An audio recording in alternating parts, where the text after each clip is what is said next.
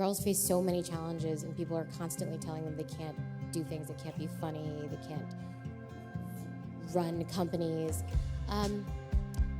My advice is always just like, not to focus on anyone telling you you can't do anything or the politics of your situation, but to just focus on the situation. It's the thing that most people stop me. Asian women, African American women who come up to me and say, thank you for looking like me, for having a dynamic, fun love life, and doing that. So I'm very proud of that. So many of the adjectives that are used to describe a successful leader are attributed to men. Indeed. Right? Decisive is the most common, because I'm very decisive. Which would be termed bossy, if that's what people would say about women. So the way I handle it is I kind of let my work speak for itself. This room looks a lot different than the ones she started out in.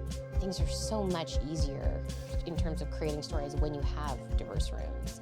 Because what happens when you have the same kind of rooms and the same educational standpoint and from the same background is the comedies all start seeming the same. Film just means that there is at least 50% women in the crew and in the cast and on all those positions, which is actually very rare in film and was very easy to implement. So for me, it just means that those kinds of things, just making sure that the world is half women, half men, and reflecting that in the workplace, it's gonna take just a little bit of time at the beginning to make sure that's the case. It's just that before you can say to somebody else that you love them, you need to be able to know who you are and what you stand for. Yeah, I think back on this and think it is strange, I didn't see anyone that looked like me on TV, and yet my draw to comedy was so much that I didn't care. First, it was terrifying. Once I was on camera, I realized that there was no one really that looked like me, so I was representing a larger group of women, and I have to be really careful about it because it's a huge responsibility. When I was at the office writer's room,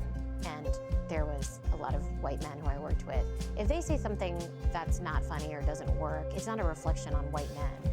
It's just them, personally. But when I say something, my great fear is that they'll look at it and say, oh, that's what Indian women are like.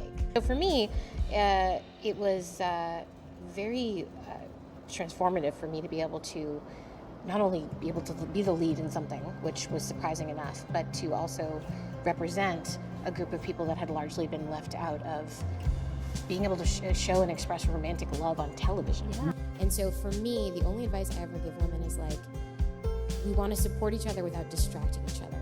And it's just like, heads down, work really hard, pretend your parents don't they lock you in the third room of whatever, and just do your work. So writers was very welcoming and very kind, but still when you're the only person that's there and represented, it's terrifying. Because if one of those guys has a bad day in the writer's room, you don't think, oh, well, all white men must not be funny and good at their job. But when you are the only woman and minority, you think, am I representing everyone here? It's really, it's terrifying. The other thing that has helped me with handling rejection is I'm always working on several different things that I care a lot about. So at any time, if I feel rejection in one thing, I'm like, okay, it stings and it never doesn't sting, but I have other things that I'm working on that I feel equally passionate about. Well, as you know, it's so easy to criticize parenting until you're a parent.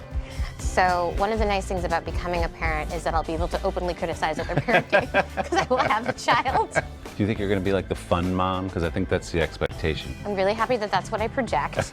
Right now, I just feel so anxious, but I'd like to be the fun mom.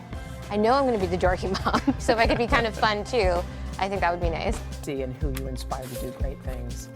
Look at your life. I know, that actually makes me want to tear up. Do you remember when you started? Yeah, it's really moving. No one, when I was coming up, there was no one who looked like me on TV or film, and that was such a nice thing that you remembered that. I'm legit crying. Hold on, this happened so quickly.